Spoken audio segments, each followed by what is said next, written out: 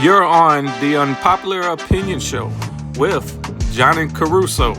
Welcome to the show. Hemorrhaging voters because they've chosen all the wrong constituencies. They seem to care more about illegal aliens than American citizens, violent criminals than law-abiding citizens, and the Palestinian flag more than the American flag. That is not true, and that is when you take those positions on things like that, people tend to run to the other party. And is there one mainstream Democrat? It doesn't matter, Scott Jennings, that voters are not happy with what Trump's doing, don't feel safer, all of that.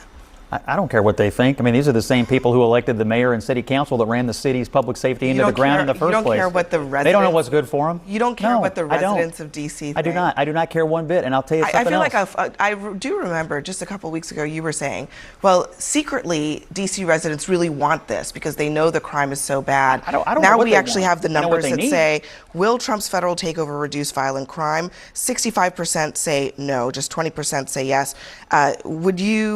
Do you feel like the presence of federal officers makes you feel safer, more safe, 18%, less safe, 61%? Why would they say that? They're out arresting criminals. They're arresting illegal aliens. They're getting illegal guns off the streets. An MS-13 illegal alien was taken out off the streets the other night. They're obviously safer, but you know, there's another population that cares about public safety in D.C. It's all the people who visit there.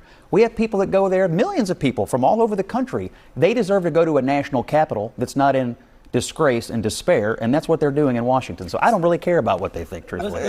There's a new Washington Post poll, that shows that 78%, Brian, of people in Washington, D.C. oppose Trump's takeover. And that's people of all backgrounds overwhelmingly said that their neighborhoods, well, they were safe. Could this all backfire on Trump? No. I mean, at the end of the day, you can cite 78%, but you have 38 sexual predators who've been arrested, who've been taken off the street.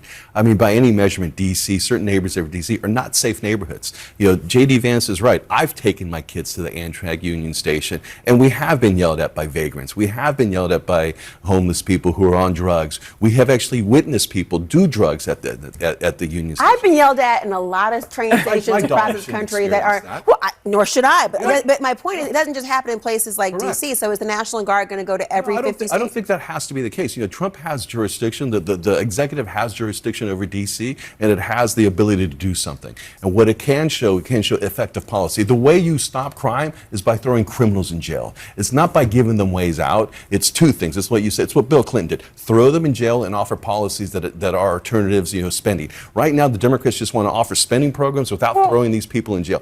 Let's throw criminals in jail. If you break the laws are pretty clear. There's consequences for your actions. Clearly, D.C. had not been doing it. And now Trump is doing it. But if you cut $1 billion from the budget, it makes it harder for D.C. to do that. And by the way, one great way to get some sexual predators off the streets, release the Epstein files. How about that? Boom. Well, Democrats have to get it around their heads that Americans are far more hawkish on crime than they think that they are. What are we talking about? Trump's net approval handling crime. Where was he last year? He was way underwater at minus 13 points views of term number one. But look at where he is now. He's on the positive side of the ledger. He's on the positive side at plus 1 point.